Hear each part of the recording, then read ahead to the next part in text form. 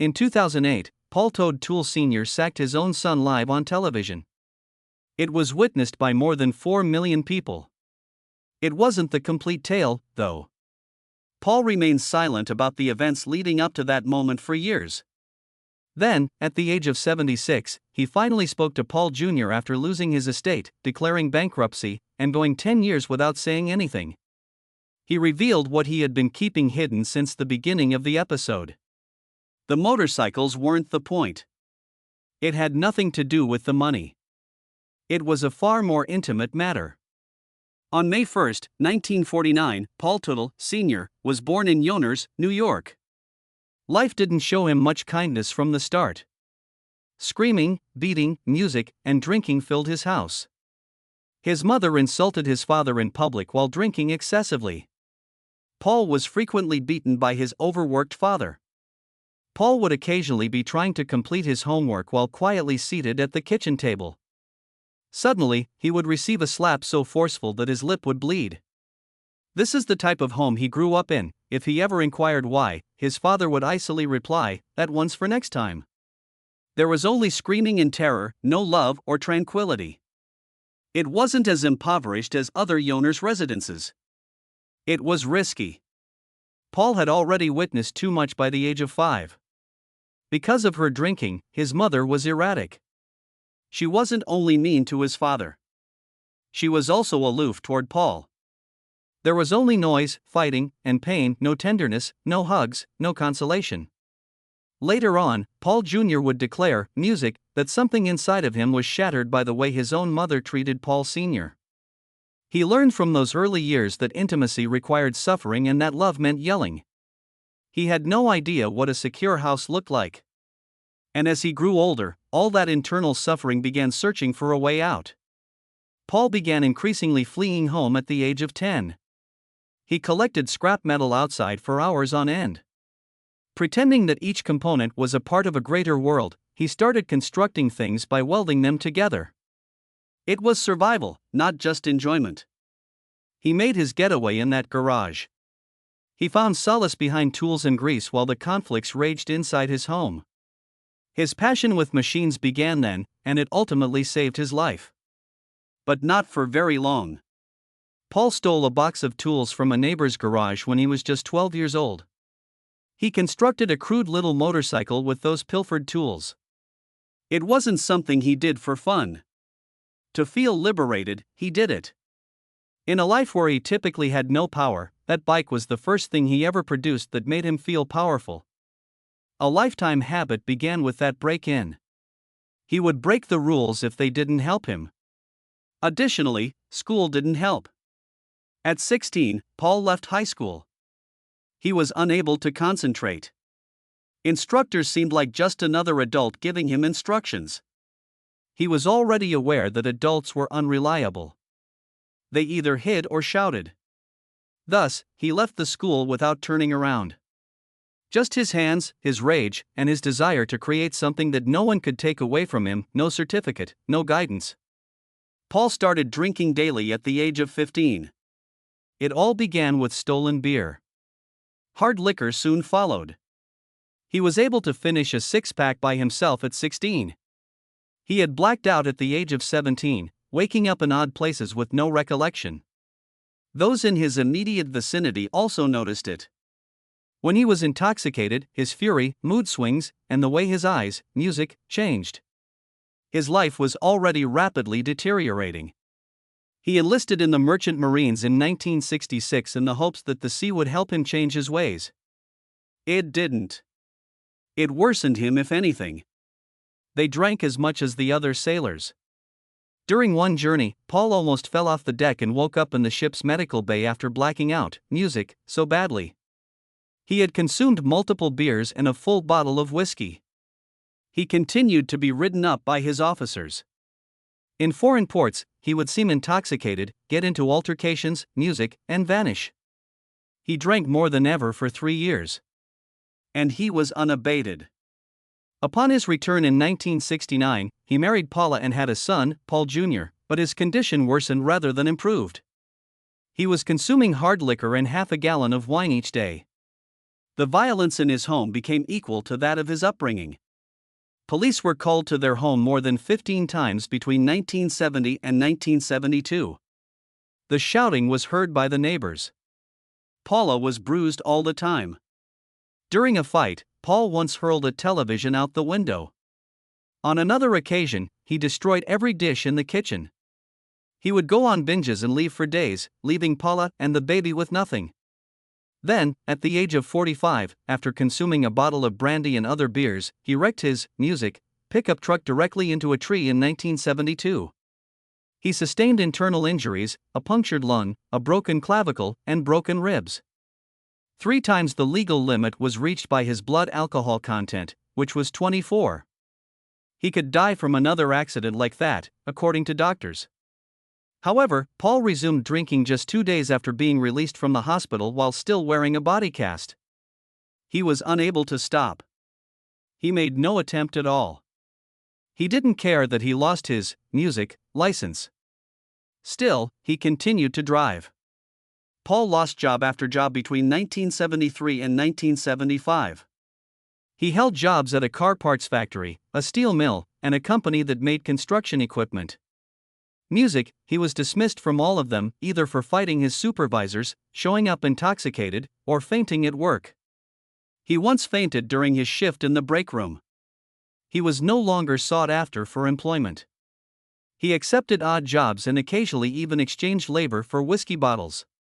He subsisted on food stamps, assistance, and any crumbs he could find. However, he launched a modest business in 1973 with just a vehicle and a welding equipment while everything else was collapsing. Paul's Welding was the name he gave it. Even while managing the company, he consumed half a gallon of wine every day. His savings amounted to just $500. Occasionally, he would awaken with no idea where he was. While drinking, wrecking vehicles, and attempting to overcome his family's history of addiction, he developed the company. His mother was also an alcoholic, as was his uncle. It had him now.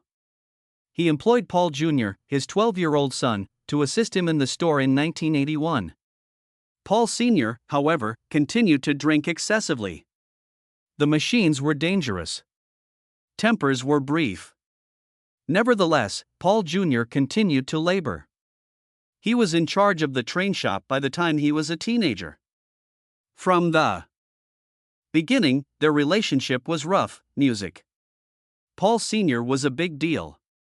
Paul Jr. made an effort to keep the store together. They were creating something genuine, but it was based on too many wounds and betrayed trust. Finally, in 1985, something changed. Paul promised Paula that he would go to an AA meeting after a night of drinking. He arrived and then continued.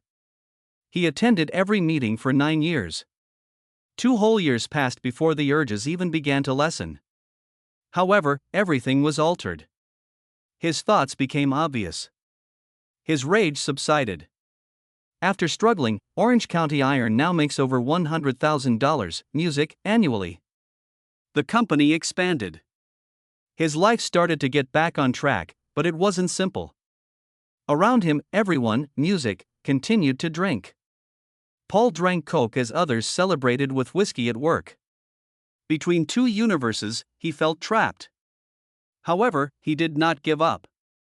Paul relocated to a larger, 7,000 square foot store in Rock Tavern in 1986. Orange County Iron is the new name he gave it.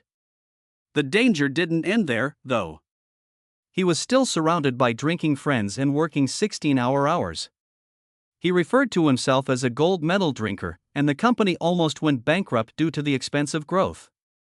He refused his wife's pleas for him to return to treatment. He was afraid of losing what he had just created. He did, but he was barely able to keep it together. When Paul Teutul Sr.'s life abruptly altered in 1999, he was already 50 years old. He had been in the steel industry for decades. In the early 1970s, he founded Orange County Iron Works with simply a pickup truck and a Hobart welder. He eventually grew it into a business with 70 workers. But despite all of that achievement, he felt unfinished. Since the early 1960s, he had been clandestinely constructing motorcycles in the basement of his iron works shop. Due to employment and family obligations, that enthusiasm had to be put on hold for almost 40 years. But around 50, he took a big gamble and sold off his iron firm.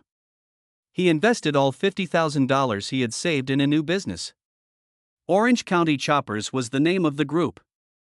It was more than simply a business risk. After what he previously referred to as Olympic-level drinking, Paul had also been sober since 1985. Therefore, it wasn't simply motorcycles when he started OC, or regaining his life was the goal. Paul created his first custom bike under the OC brand in 1999. True Blue was the name of it. That October, he took it to the Daytona Biketoberfest. It was an odd design. The geometry of the frame was changed. The steelwork was audacious. It nearly depleted his financial account and cost $30,000 to construct. Paul had never attended a design school. Trial and error taught him everything. He was even shocked twice while welding it. However, some builders objected when the bike arrived in Daytona. It wasn't a genuine helicopter, they claimed. But it prevailed. In addition, Paul received orders for 15 new bikes totaling more than $400,000 in less than 48 hours. Music prevented OC from failing at that precise moment. After that, however, things weren't simple. Paul had a relapse in 2001. He started music gambling, stole $75,000 from the company, and developed a prescription painkiller addiction following a motorbike accident in 2000. He falsified checks. He was an equipment salesman. Nobody was aware of the missing money until the accountant noticed it. In February 2002, Paul entered a rehabilitation facility. In order to repay the business, he also borrowed $50,000 from family members and covertly mortgaged his home, music. It wasn't until he filed for bankruptcy in 2018 that this was made public. Paul brought his boys into the company full-time around 2002. In exchange for $65,000, music, and a 20% ownership stake, Paul Jr. quit his $35,000 annual job at Ironworks to join OC. However, this action made the family company a battlefield. Paul Sr. desired command. To keep an eye on his sons, he set up cameras throughout the store. He didn't take many restroom breaks. He set a lunchtime timer for 15 minutes. Mikey also joined, although he missed 47 music workdays in 2003 because he was struggling with alcoholism. The show became enormous when the conflict between father and son was incorporated into it. By 2003, OC was producing 10 bespoke motorcycles annually. At least $50,000 was spent on each one. Each one required more than 200 hours to produce, and the revenues were enormous. More than 400% margins. A celebrity once offered Paul Sr. a $200,000 construction, but he declined because they wanted adjustments made halfway through. He declined. He had a rule. After the build began, nothing changed. Paul rode every bike himself, participating in more than 100 melon competitions on public roads. That year, he received 3 speeding fines and was even detained for driving recklessly. Everything was expanding quickly. Just 48 hours prior to filming, Discovery Channel changed their initial plan to shoot a show at a store in New Hampshire to OC. They had begun filming the American Chopper pilot by Thursday. The network was not informed. It just occurred, and it was successful. With music, 165 episodes and millions of dollars in income, the quick choice spawned a franchise. However, celebrity made matters more difficult. A cameraman on set was fired by Paul Sr. in 2004 when he lost his temper. Without being asked, the crew member had shifted some equipment. Filming was halted for a day after Paul yelled and threw him off the set. $15,000 was spent on the delay. The video was too graphic to broadcast. No one was prepared for the way it revealed Paul's rage. The boom then came. OC was earning more than $10 million annually by 2005. Initially, Discovery paid $25,000 per episode, but by season 3, that amount had increased to $100,000. For motorcycles, sponsors paid enormous sums of money. Miller High Five, NASCAR, and Caterpillar were spending between $500,000 and $2 million. Even their video games, fragrances, shirts, tools, and accessories brought in $2.5 million annually. Paul Sr. purchased a $89 million mansion on 38 acres that was home to tiny horses and alpacas. However, fissures began to appear. Paul Jr. and Paul Sr. got into a violent altercation in 2006. It was a military homage bike worth roughly $200,000. Paul Sr. broke a $3,000 part on the ground. After hurling a chair, Paul Jr. bounded off. That episode was viewed by more than 4.2 million people. It became the most watched episode in the history of the program. The scene became a meme in 2018 and went viral on social media. Paul Sr. claimed he didn't even know what a meme was. Then everything fell apart in 2008. Paul Sr. violated their TLC contract by firing Paul Jr. in front of the crew on video. After packing up and cursing his father, Paul Jr. left. There were subsequent lawsuits. Paul Jr. filed a $10 million lawsuit. Both men received punishments from TLC. 10 years passed during their conflict. In 2010, Paul Sr. did not go to his son's wedding. It wasn't until 2018 that they started mending their relationship. Nevertheless, the OC brand continued to expand. In 2007, one of the most peculiar builds took place. Dixie Choppers commissioned a motorcycle with a mower theme. The bike used a 100cc Generac lawn mower engine with 32 horsepower and rotating blades. It traveled around the world and cost over $200,000. Paul made it using actual chrome-plated mower parts. It turned into one of OC's most outrageous and well-known projects. The ideal facility then appeared.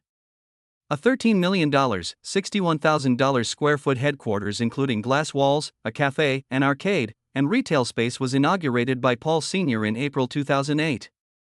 75. Music, workers might fit within. However, the timing was awful. The financial crisis had just begun. The business was no longer able to finance it by 2011. They were forced to give it up after defaulting. The building sold for a mere $2.3 million in 2016.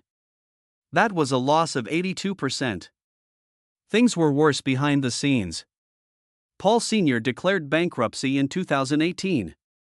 He claimed to have assets of little over $1.8 million but debts of over $1 million. In addition to $5,500 from relatives and $2,600 from Social Security, his monthly income from OC was barely $13,000.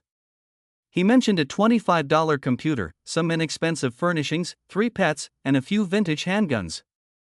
Loans from his own retirement fund were being repaid at a rate of $134.45 a month. In 2010, there was more humiliation. Paul took a 1939 Bro Superior and turned it into a bespoke bike for Jay Leno. In an interview years later, Jay claimed that it was the largest piece of rubbish he had ever possessed. He said that it had bad brakes and broke down on the freeway. Paul retorted that Leno was merely envious. However, the harm had already been done. The difference between what looked good on TV and what actually operated on the road was symbolized by that bike. The most startling event of all was Paul Jr.'s dismissal in September 2008. Paul Jr. was late once more, which is why it happened.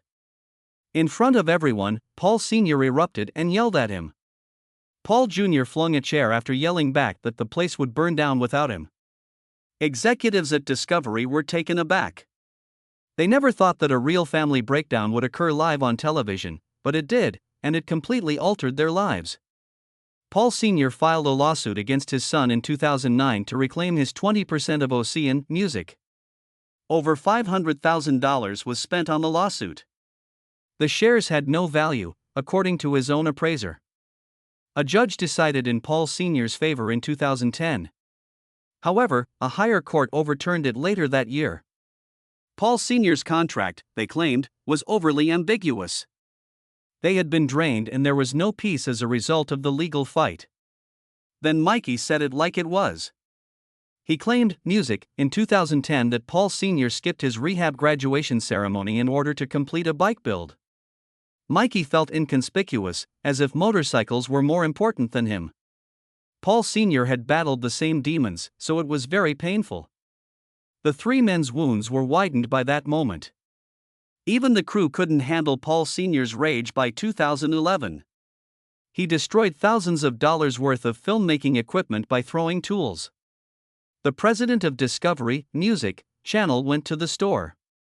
She mandated therapy.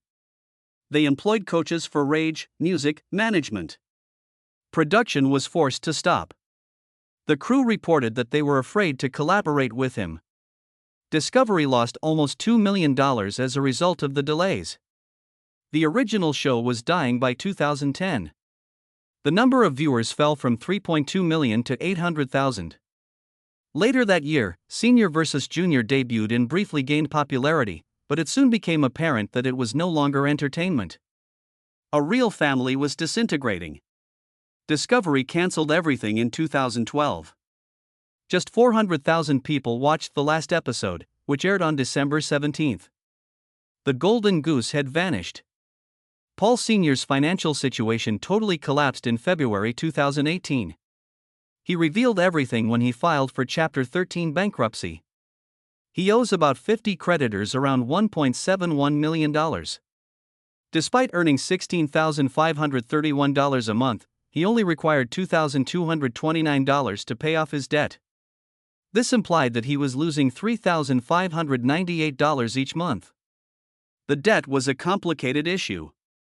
He owed approximately $70,000 in credit card debt, $22,365 in restaurant taxes, $51,841 to JTM Motorsports, and $32,000 to Hudson Valley Merchandising. In addition, he owed $151,000 in municipal taxes and $1.80, music, $8 million in charge interest on his Montgomery property. Not even the bankruptcy trustee trusted his figures. Paul Sr. was battling 8 lawsuits by 2019 while attempting to demonstrate his ability to pay $2,148 a month for 5 years in a row. Beneath all of that, Paul had only acknowledged music in his 2009 autobiography. He had spent 20 years fighting alcoholism. He claimed to have hit his lowest point on January 7, 1985. His age was 35. Over a dozen of them were coughing up blood, blacking out, and smashing cars. He declared, "I chose to die." However, on that same day, he promised his wife Paula that he would make an effort to become sober. He entered an AA meeting, remained a member for 9 years without missing a session. His life was altered by that choice, but it didn't stop him from making poor financial decisions. A restaurant proposal that was announced in May Music 2010 was one of those actions. The Orange County Choppers Roadhouse was its name. It offered everything under one roof, including cuisine, beverages, games, retail, and a microbrewery. However, it has changed into something far more sinister by 2018. It appeared to be a Ponzi scheme, according to investigators. Between $12 and $15 million had been committed by more than a dozen businessmen. They claimed that Paul Sr. was selling stock in fictitious businesses. Under many firm identities, he was presenting the same idea to various investors. It all began when he was still having trouble recovering from his addiction. And court documents connected decisions made under duress and emotional instability to these financial catastrophes. Then 2020 arrived. Their New York activities were shut down by the pandemic. Paul Sr. took a risk. In Florida, he moved the Orange County Choppers. Although it appeared to be a reset, it just made the anguish worse. During the relocation, he dismissed roughly 20 veteran workers, accusing them of being disloyal for refusing to relocate their families. Their famous 61,000 square foot store was far larger than the new one, which was barely 11,000 square feet. The old building's contents were sold in their hundreds. Paul was becoming more unpredictable than ever, according to former employees. The music at work got poisonous. Even before they were dismissed, people quit. What had begun as a return evolved into a subdued farewell to the group that contributed to the development of the OC brand. The Montgomery Mansion, the last emblem of music, Paul Sr.'s empire, has vanished by May 2019. It sold for $1.5 million after being listed for $2.5 million. The loss was 40%. The home had a luxurious kitchen, a koi pond, a pool with waterfalls, 2.5 bathrooms, 3 bedrooms, and even a stocked fishing pond. It occupied 38 acres. The guest flats had patios with Viking grills, a volleyball court, and a 2-story garage. But it didn't matter anymore. The bankruptcy court compelled the sale. The estate that had previously demonstrated his prosperity now symbolized his downfall. And throughout it all, Paul's distance from his sons deepened. Paul celebrated 40 years sober with a single Instagram post in January 2025. Music, said, I could not ever stop drinking. Never say never. It was unvarnished 40 years ago today. He had genuinely thought that death was the only option in 1985. His life had been rescued by that one vow to his wife. However, his relationships had not been spared. The harshest truth was revealed by him in a 2025 interview. In 2014, he was not present for Paul Jr.'s wedding.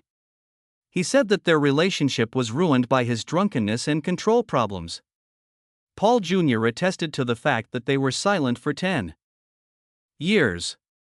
A strained father-son bond was symbolized by the postponed wedding. Paul Sr. acknowledged that he had prioritized his demons over his family. One of the few occasions he broke his tough guy persona and expressed regret was during that interview. The most startling aspect was revealed behind the scenes. Later, music insiders claimed that Discovery Channel had concealed early 2000s relapse videos. Paul Sr. apparently fell off the wagon several times while filming American Chopper between 2003 and 2005, but none of it was shown by the network. They suppressed the film and safeguarded the brand because they were aware that airing those moments may end the show. Behind the celebrity, Paul struggled in silence, barely managing to keep things together. Paul Sr. said to Paul Jr. at a reunion bike build in 2024, "The biggest mistake of my life was firing him years ago. Although it was intended to be a healing effort, things didn't work out as planned."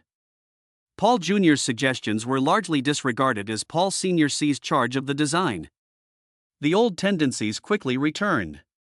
The hostility persisted despite Paul Jr.'s best efforts to mend their relationship. The bike was completed, but the healing was not. Family is more difficult to fix than some machines. Paul was 76 years old and receiving therapy by 2025. He began talking for the first time about his early years. He shared pictures of himself with his sisters and mother. An long-standing family grudge was alluded to in one caption. "She was upset with my father." He began to make connections between how his upbringing influenced his conduct, his rage, his need for dominance, and his fear of being criticized. According to mental health professionals, it was significant for a person his age to discuss therapy in public. Others, however, questioned whether change was really feasible at this late hour, particularly because Paul continued to write online as though he needed permission for every minor move. The financial situation never improved. He was making $100,000 every American Chopper episode at his height. There were 165 episodes in all. However, by 2025, his wealth had fallen to a mere $500,000. He continued to move on even after declaring Chapter 13 bankruptcy in 2012, with $1.8 million in assets and $1.7 million in debt. These days, he works on smaller custom bike projects out of the OC Roadhouse and Museum. He continues to support charities for veterans. $10,000 was raised for veterans with his 2025 OCC Invitational. Along with caring for rescue animals, he still resides with Joan Kay, who now manages the business side of things. Paul Sr.'s influence on motorcycle, music, culture is indisputable despite everything. His choppers transformed the appearance of custom bikes across the United States. His long frames for music and theme bikes became the norm. More than 160 nations broadcast American Chopper. His bikes were ordered by corporations. His music style was imitated by viewers. The on-screen father-son drama established the standard for future reality TV series. Paul Jr. now claims that the cost of their celebrity was too much. Even yet, he acknowledges that his father's music altered the course of events.